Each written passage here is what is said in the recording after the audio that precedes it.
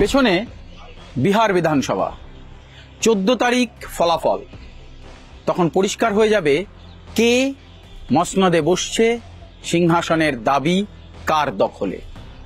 সেই নীতিশ কুমার নাকি এবার তেজস্বীর হাতে যাবে বিহারের শাসন? বিষয়টা তোমার কি মনে হচ্ছে? দেখো, দুটো জোটের লড়াই হচ্ছে।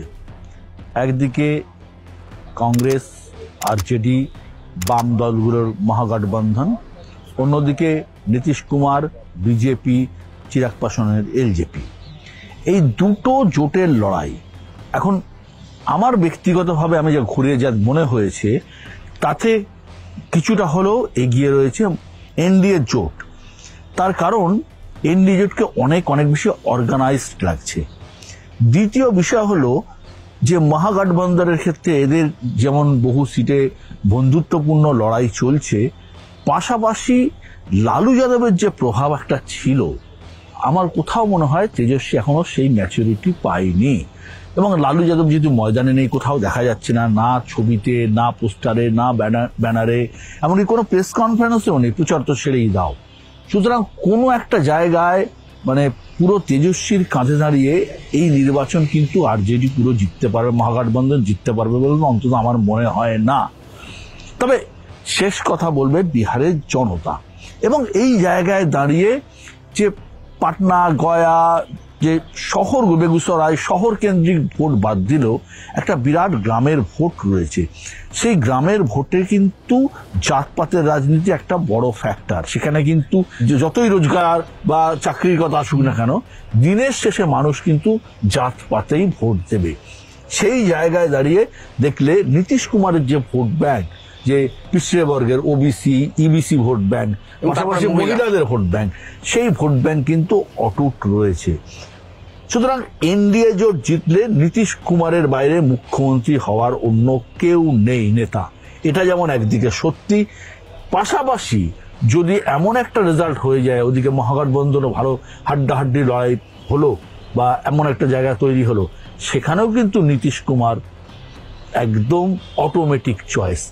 যাই হোক না কেন, যে সরকারই আসুক না কেন, নীতিশ কুমার যে বিহারের রাজনীতিতে এখনো প্রাসঙ্গিক শুধু নয়, এবারও মুখ্যমন্ত্রী হবেন, এটা নিয়ে কোথাও কোনো সন্দেহ রাখার জায়গা নেই। আমার মনে হয় 10বার বিহারের কুর্সিতে কিন্তু নীতিশ কুমারের শপথ শুধুমাত্র সময়ের অপেক্ষা। পাশাপাশি আমি আর একটা কথা বলবো, সেটা হচ্ছে প্রশান্ত কিশোরের দল জনসুরাজ পার্টি। এবং এই জনসুরাজ পার্টি কিন্তু বিহারে আস্তে আস্তে উঠে এসেছে।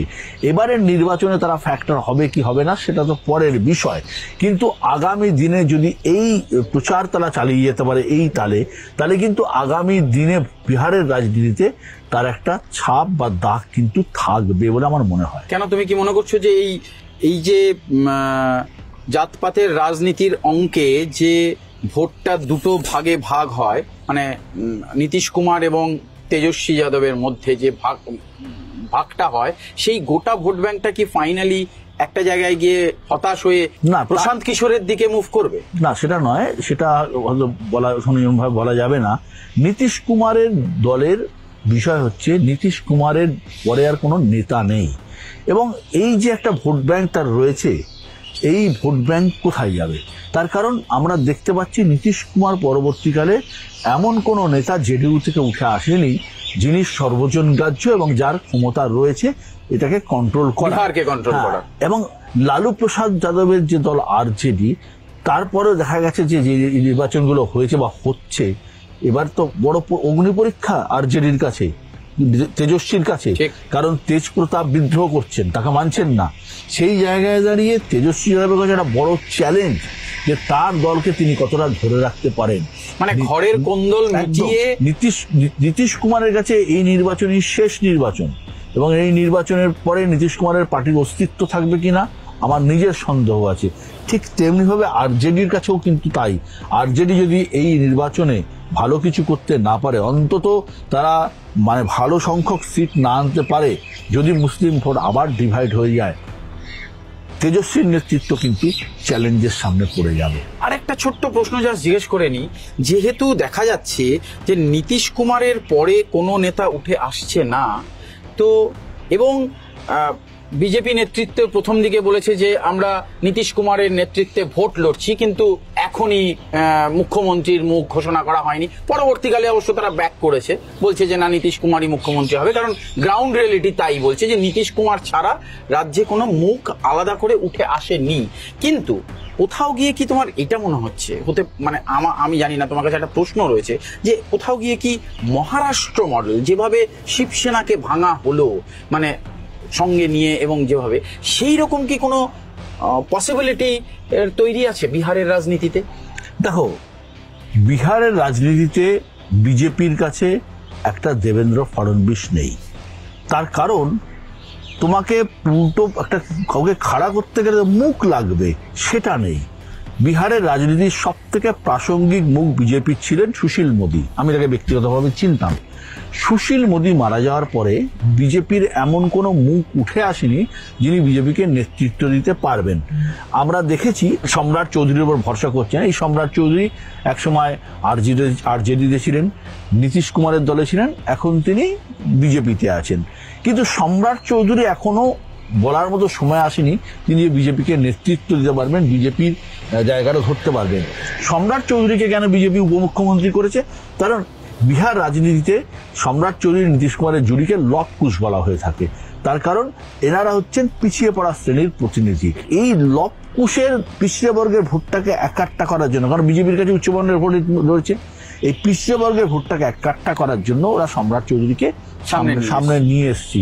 কিন্তু দেবেন্দ্র ফডনবিস তো অন্য ধরনের নেতা। কোথাও তো একটা ক্যাপ্টেন লাগে এই ধরনের ম্যাচ খেলতে গেলে, সেই ক্যাপ্টেন এই মুহূর্তে বিজেপির কাছে নেই। তাই এক্ষুনি তুমি বলছো যে সেই রকম কোনো সম্ভাবনার দিক দেখা যাচ্ছে না। আমার কাছে অত্যন্ত পরিষ্কার যে নীতিশ কুমারই একমাত্র এই মুহূর্তে বিজেপি নেতৃত্বাধীন এনডিএ যদি ক্ষমতায় আসে, নীতিশ কুমারের বিকল্প মুখ্যমন্ত্রী বিজেপির কাছে নেই। এক। দ্বিতীয়ত হচ্ছে যোগ ধর্মের কাছে অন্য বার্তা যাবে, সারা দেশের কাছে অন্য বার্তা যাবে। সুতরাং মুখ্যমন্ত্রী করে 1 বছর বা 1.5 বছর পরে কি হবে আমি বলতে পারবো না, কিন্তু মুখ্যমন্ত্রী হবেন নীতিশ কুমারই বিজেপি ক্ষমতায় আসলে।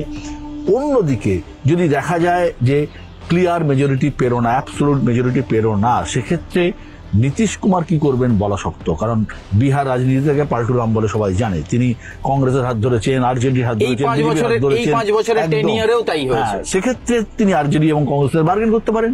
কিন্তু সেখানেও নীতিশ মুখ্যমন্ত্রী, ক্ষমতায় যে দল আসুক না কেন, যে দলের সরকারই হোক না কেন, নীতিশ কুমারকে বাদ দিয়ে কিন্তু কিচ্ছু হবে না বিহারে আজকের দিনে, এটাই ধ্রুব সত্য।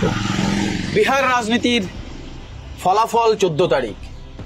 যেটুকু মনে করা হচ্ছে, যেটুকু মনে হচ্ছে, সেটুকু হচ্ছে মহাগঠবন্ধন যদি অ্যাবসলিউট মেজরিটি না পায়, তবে নীতিশ কুমারই আগামীর 5 বছরের জন্য মুখ্যমন্ত্রীর পদ সামলাবেন, এটুকু বলাই যেতে পারে।